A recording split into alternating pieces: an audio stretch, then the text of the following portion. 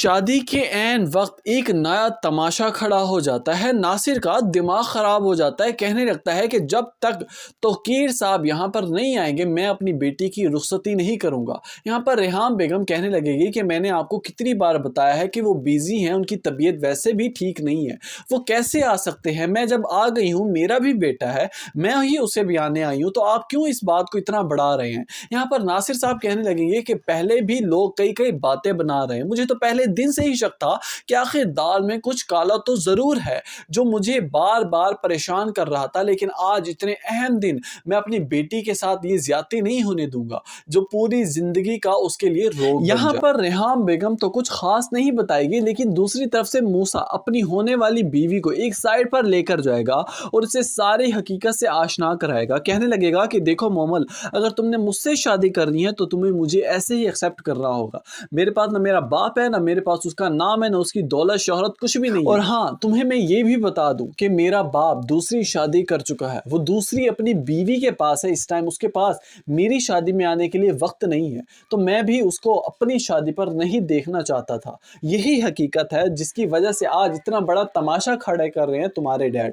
تم ہی سمجھاؤ انہیں، تمہیں مجھ سے محبت ہے نا، مجھ سے شادی کرنی ہے تو ایسے ہی حالات میں کرنی ہوگی۔ یہاں پر مومر رونا دھونا شروع کر دے گی، کہنے لگے گی کہ موسیٰ آخر یہ کیا ڈرامہ لگا رکھا ہے تم نے؟ یہی حقیقت اگر مجھے تم پہلے بتا چکے ہوتے تو آج اتنا بڑا تماشا نہ کھڑا ہوتا، ڈیڈ اتنا پریشان نہ ہو۔ دوسری طرف سے معصومہ نے بڑی ہی کامیابی اور چلاکی کے ساتھ سارا پلان اپنا سکسیسفل کر لیا ہے، فون بند کر دیا، سائلنٹ پر لگا دیا، توقیر صاحب کو نیند کی غش میں سلا دیا، سارے انتظامات اپنے سیٹ تو کر لیے، لیکن جب ہوش آئے گا توقیر صاحب کو، جب موسیٰ کے پاس جائیں گے، ریحام بیگم کے پاس جائیں گے، تو وہاں پر معصومہ بھی ساتھ ہوگی، اور جب ساری باتیں کھل کر آنے سامنے لگیں گی تو یہاں پر توقیر صاحب تو موسیٰ کا گریبان پکڑ لیں گے، اس کے خلاف ہو جائیں گے، جبکہ دوسری طرف موسیٰ اپنے باپ کو قصوروار سمجھنے لگے گا۔ یہاں پر بھی معصومہ کی زبان کو سکون نہیں آئے گا، کہنے لگے گا کہ ویسے موسیٰ تمہیں شرم آنا چاہیے، تمہارا باپ تھا، سگا باپ تھا نا، تو تم نے ایسا کیسے کر دیا؟ اپنی شادی اپنے باپ کے بغیر کیسے کر سکتے ہو؟ تم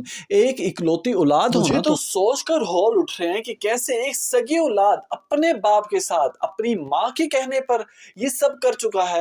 یہ بات سنتے ہی موسیٰ کا دماغ مزید خراب ہو جائے گا، کہنے لگے گا کہ تم اپنی زبان پر قابو رکھو، یہ نہ ہو میں کچھ غلط کہہ دوں۔ یہاں پر موسیٰ کا والد موسیٰ کو تھپڑ دے مارے اور کہنے لگے گا کہ تمہاری جرت کیسے ہوئی میری بیوی کے ساتھ اس لہجے میں بات کرنے کی؟